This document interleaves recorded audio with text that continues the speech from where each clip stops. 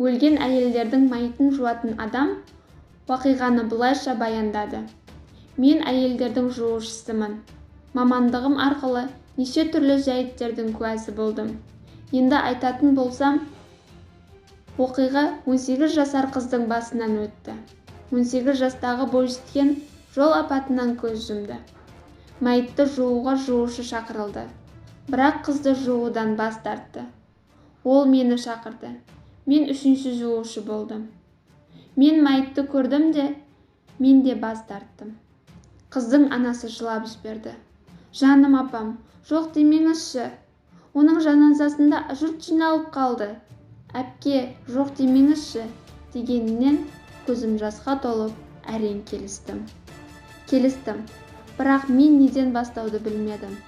Қыздың денесінде жол көлігі оқиғасынан алған жарақаттар бар. Бірақ бұл мәселе емес еді. Қасында татуировка, кірпіктері де жасанды, ерні ботекс, тырнақтарын жасанды тырнақпен өстірген. Бісміллах деп жуа бастадым. Мен бетін жуа бастадым. Кірпіктерін ақырын жудым, бірақ кетпеді. Ақырында тарта бастадым. Олармен бірге өзінің кірпігі де шыға бастады. Қастың кезегі болды. Енді бұл татуировкалардан құтылудың амалы жоқ. Мен оларды ыдыс жуатын кішкене сыммен сүртуге мәжбүр болдым.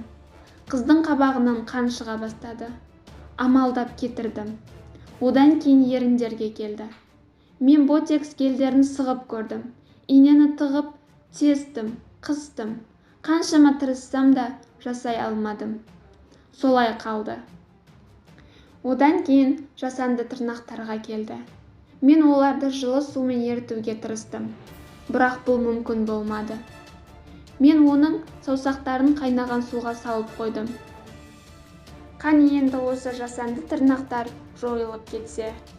Соңғы нұсқа тырнақтарды таңдағышпен жұлып алу. Бұл тырнақтарды алмаса болмайды. Олар болса, ғұсыл да, дәрет те есепке алынбайды. Мен саусақтардағы жасанды тырнақтарды ілмекпен ақырын тарта бастадым. Бұзған сайын мәйіттің ыңылдаған даусы естіле бастады.